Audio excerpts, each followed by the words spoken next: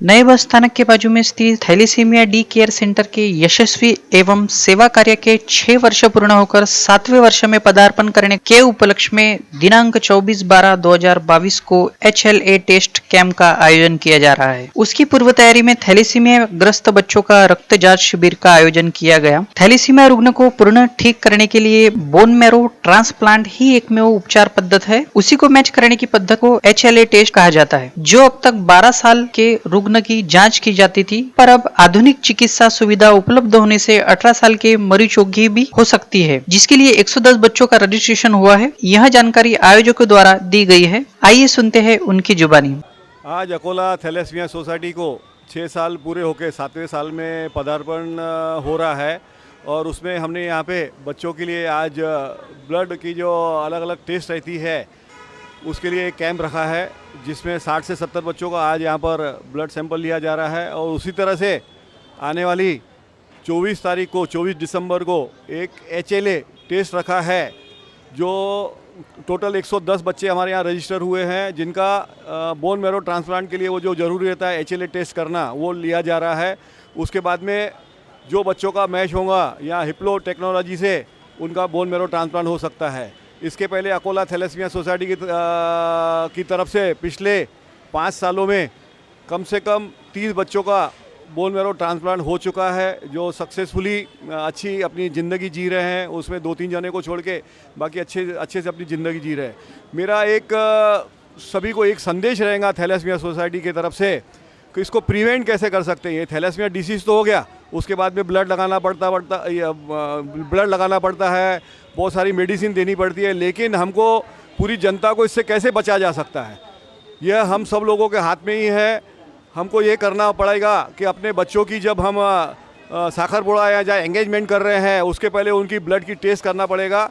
और उनकी blood test करने के बाद में थैलेसीमिया कैरियर है या नहीं है, इतनी सी छोटी सी टेस्ट करने के बाद में उनका विवाह ठहराया जाएगा। तो मुझे लगता है कि एक भी बच्चा थैलेसीमिया बेजर बच्चा पैदा नहीं होगा। हमारा जो मिशन है थैलेसीमिया फ्री भारत, वह मिशन में आप लोग सब हमारे वो सहकार कीजिए।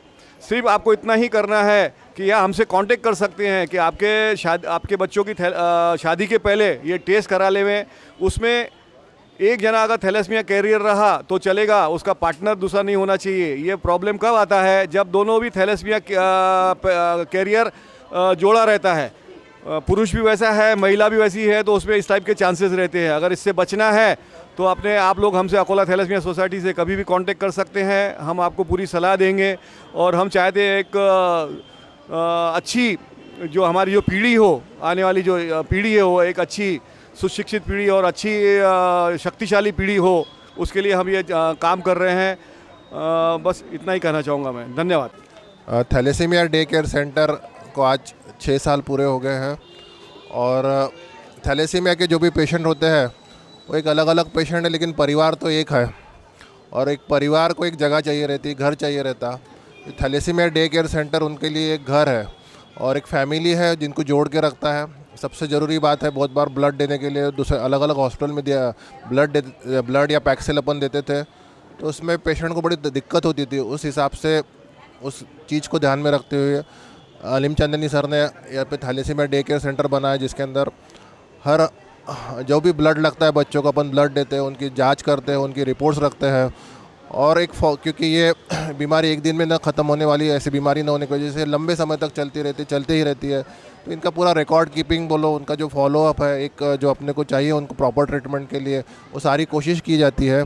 और दूसरी चीज़ है, एक साथ रहने की वजह से और एक फ़ायदा है कि इनकी जो भी समस्या है वो अच्छे से सॉल्व कर सकते हैं। अपन अगर गवर्नमेंट की तरफ लड़ना है तो उसकी तरफ ही लड़ सकते हैं, या फिर जो भी अपन पूरी अपन मेहनत करके लोगों को हेल्प कर सकते हैं। तो ये थैलेसीमिया डे केयर सेंटर इसी का काम कर रहा है। आज डे केयर सेंटर पे अपन ने ब्लड की एग्ज़ाम एडमिशन रखी है। इसके 2 फ़ायदे, एक तो फ़ायदा है कि रिपीटेड ब्लड देने से कभी कभी कुछ बीमारी हो जाती है, उसकी जाँच कर सकते हैं और उसका अपन ट्रीटमेंट भी जल्दी से चालू कर सकते हैं।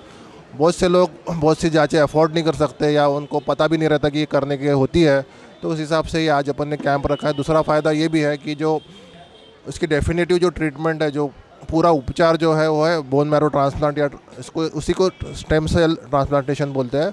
तो उसके लिए भी एक HLA टाइपिंग होती है, जिसकी वजह से आजकल बोन मैरो भी बहुत से लोग जा रहे हैं, कर रहे हैं, हिम्मत है अपने देश में भी कर रहे हैं।